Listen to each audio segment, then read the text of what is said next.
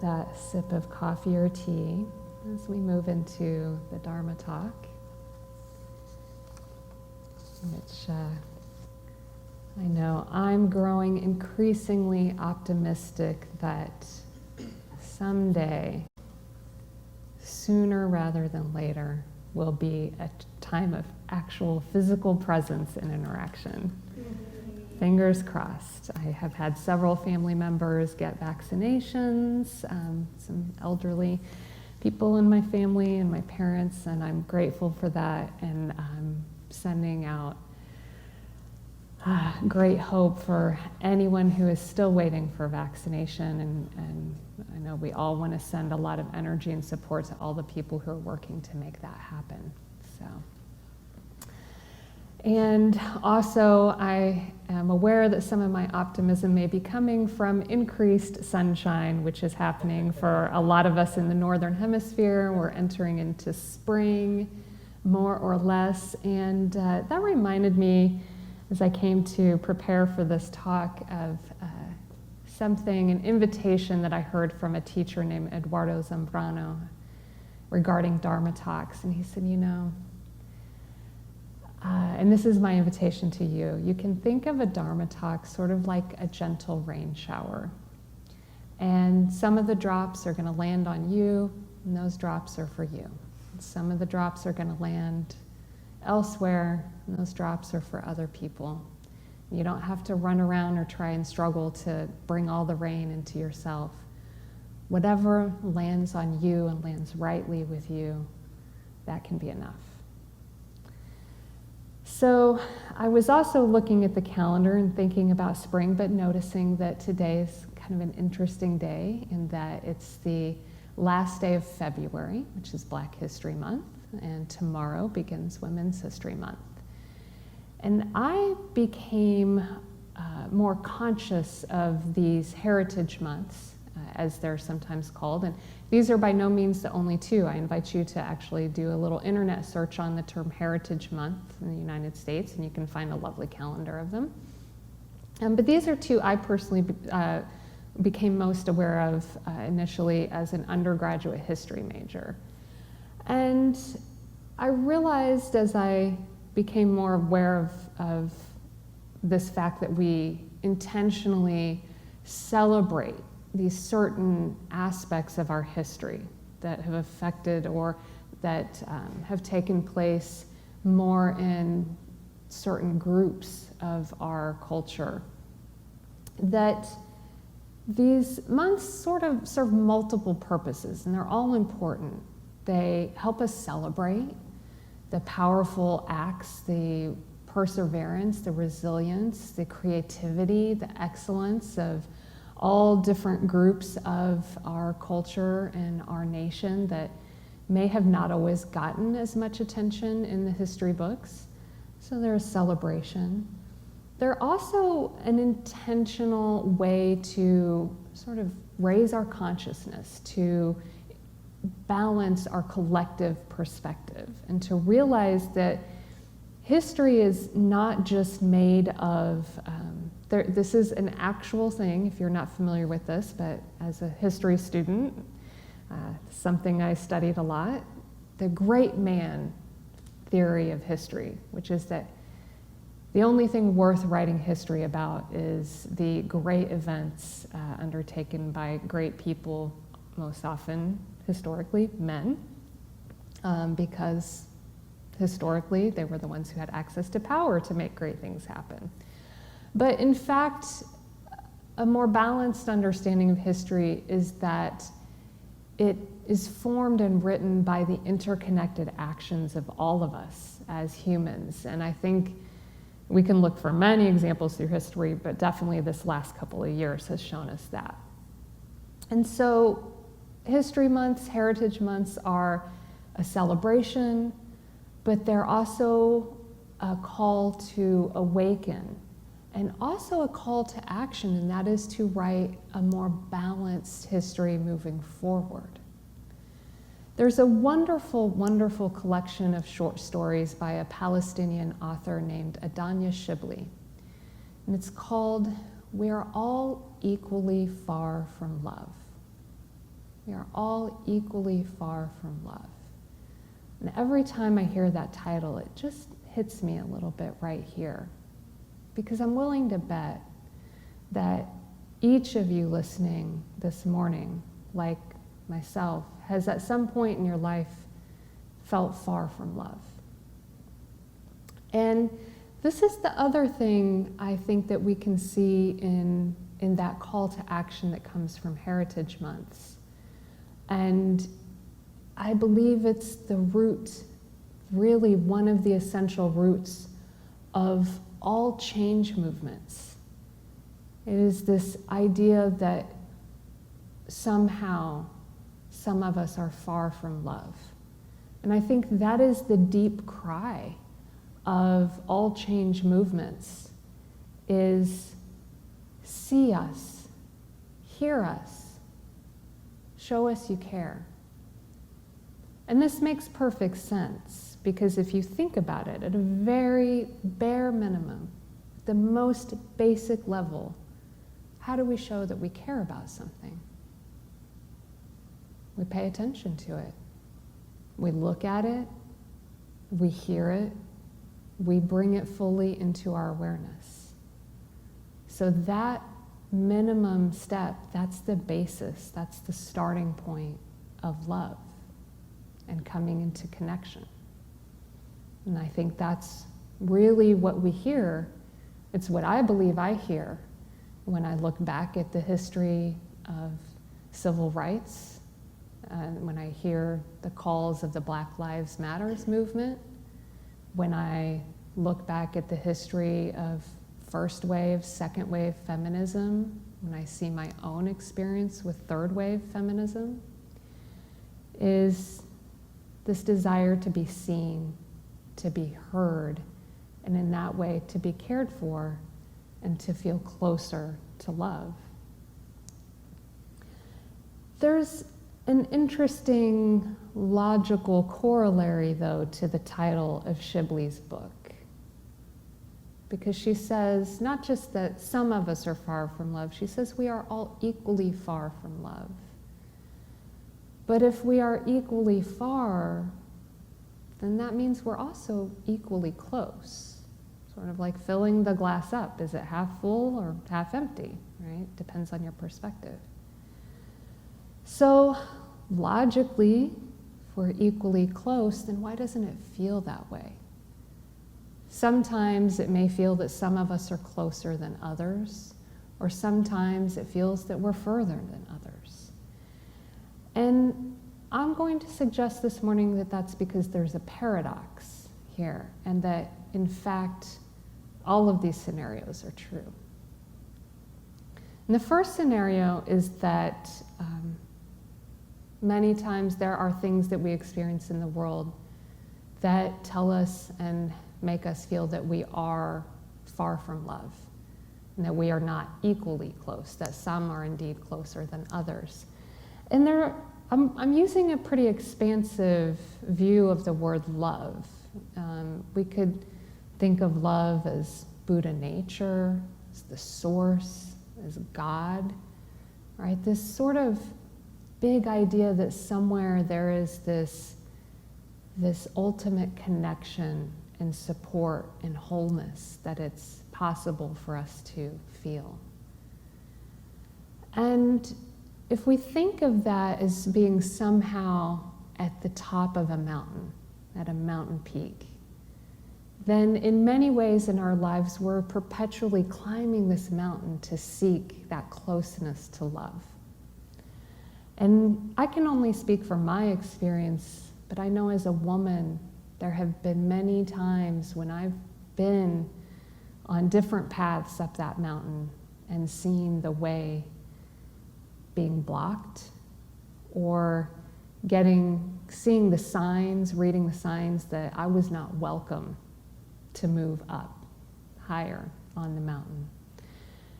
And rather than I could go into a whole lot of areas, but a couple areas I've seen this. Personally in my life, I worked for 12 years in information technology, traditionally a field occupied by large numbers of men. And then within that, I worked for most of that career, specifically with Linux and Unix. If those two words mean anything to you, then you will know I was even more of a unicorn in most of the rooms I was in as a woman.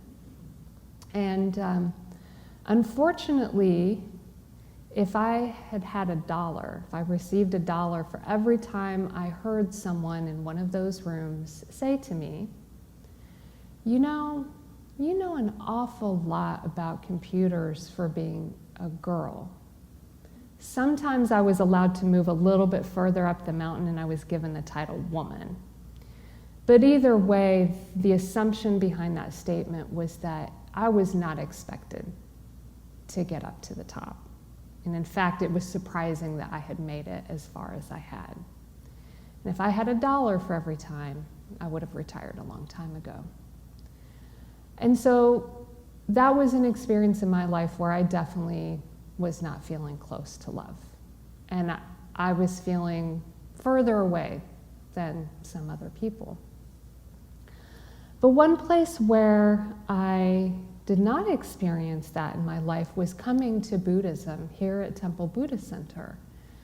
And that's one of the things that I'm always reassured by when I hear at the beginning of service this reminder of this practice of this coming together, that we're all here to seek awakening in all of its forms, not to try and agree on a doctrine, a particular dogma, or a one single path. And some of you heard me a couple weeks ago talk about the Buddhist idea of free inquiry, and that the Buddha said, don't do it just because everyone else is doing it. Don't think it just because someone tells you should. Investigate. Go find it for yourself. And that has always felt very freeing and very welcoming to me. But even in this realm, even here, not at TBC, but as I began to understand the history, the different lineages of Buddhism, as I got educated on that aspect of it, I realized that unfortunately, this is a path that has been in many ways blocked to women as well. And this has been codified in some lineages through a particular set of teachings, a particular set of rules. And they're often referred to or translated as the Buddha's 8 heavy rules, sometimes weighty rules. And I mean, it's right there in the name. It's like, you're already struggling up the mountain, put on an extra backpack. I got some rules for you, the heavy rules. And these rules apply only to nuns. They apply only to women who wish to fully enter and devote their life to the path of awakening in a monastic setting. And I'm going to share with you the first rule. And this first rule says, a nun who has been ordained even for 100 years must greet respectfully, rise up from her seat, salute with joined palms, do proper homage to a monk ordained but that day. So this says that a woman who has been climbing the mountain for 100 years, it doesn't matter. That man who begins the trek that first day, he gets to take the ski lift up ahead of her.